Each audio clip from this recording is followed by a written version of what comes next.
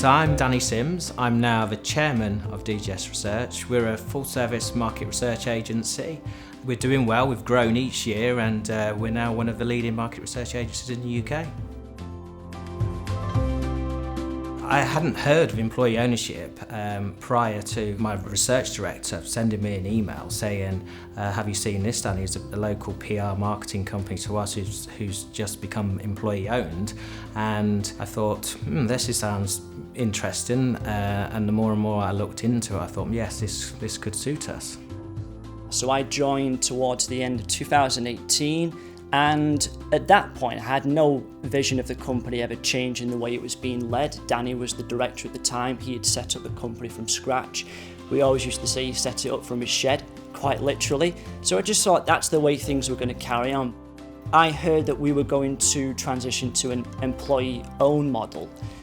I wasn't really sure what to make of that, because for a start, I didn't know too much about how an employee-owned company works. And, I've heard of John Lewis and others like that, but I didn't really know what difference it would make to my role, to how the company was going to be run, etc. So I thought, let's just see how things pan out. So yeah, in summary, I wasn't entirely sure what to make of it. Not positive, not negative, I'll just wait and see. We'd mulled over the idea of a trade sale of the company, and we tested the market a little bit but didn't really like what we saw in terms of private equity companies, and also we'd seen what had happened to a few of our competitors. So the more he found out, and when he told me it was the John Lewis model, that's a reassuring one. But in terms of what comes with it and kind of cementing the legacy of the business and listening to your employees, I guess it was the direction we were already going in to some extent already. And yeah, so once I got my head around it, I was positive, and the more I've learned, the more positive I've been. We adopted the employee ownership trust model, or EOT as some people refer to it. That is basically where the majority of our shares now, 65% of our shares, are held within the employee ownership trust. The trust looks after those shares on behalf of the staff they are the majority owners of the business now, and that looks after those shares on behalf of all of our partners. So yeah, the transition to employee ownership, it wasn't as hard as we thought. I mean, it depends what you mean by transition. Obviously there was an initial transaction, if you like, and telling everyone in the business. But we did a lot of preparation and got a lot of advice from the EOA and from other businesses that have been through it. So we were very prepared, had a really good comms pack, and that landed really well. I think people were just relieved we weren't selling the business. And so I suppose, we're just over a year in now, and the whole year has been a transition, a bit of a journey, but throughout that, through more and more engagement of staff, giving them more and more information, being really transparent about our decision making, I think we've gradually seen a change in the business in terms of people's attitude and people becoming more proud to work for the company. I mean, people say, they said it in our staff survey, and I get emails that people feel proud now to work for us as an EO business. Employee ownership does help to bring the company together. We have EO Voice, which is the link that to all of the staff, making sure they have their say. When we became employee owned a year ago, one of the first things we did was we had a blank sheet of paper, and we said to staff, okay, what do you think of us as a business? What do you think we need to be doing within the next 5 years? We need you to help us co-create our strategic plan. So what are we good at as a business? What are we not so good at as a business? Where do we need to improve?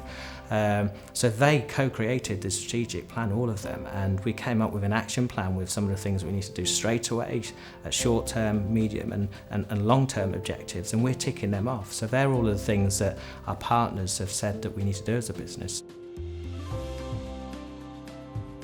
So I have been involved with producing the Partners Charter for DJS Research, which is a document that explains everything about employee ownership to our partners and to new starters. So it's a really good place to start if you want to know more about what it is and how it will affect the company. So the Charter provides information about the company structure, the governance of the company, and highlights our values and how they will work within the employee ownership structure. And it's just a really positive document that staff can find any answers to the questions that they might have.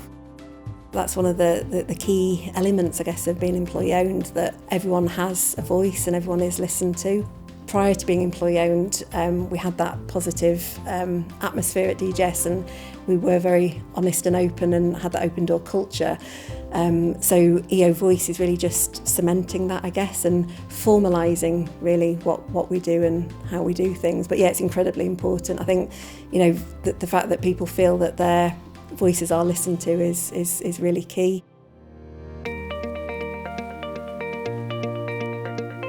DJS has always been a great place to work, and I think just being employee owned really sets us aside from other companies. I do speak to all our new starters when they join, and they all talk about the fact that we are employee owned really gives us that advantage, sets us aside from other companies as just being a little bit different, and that sort of positive vibe of somewhere to work.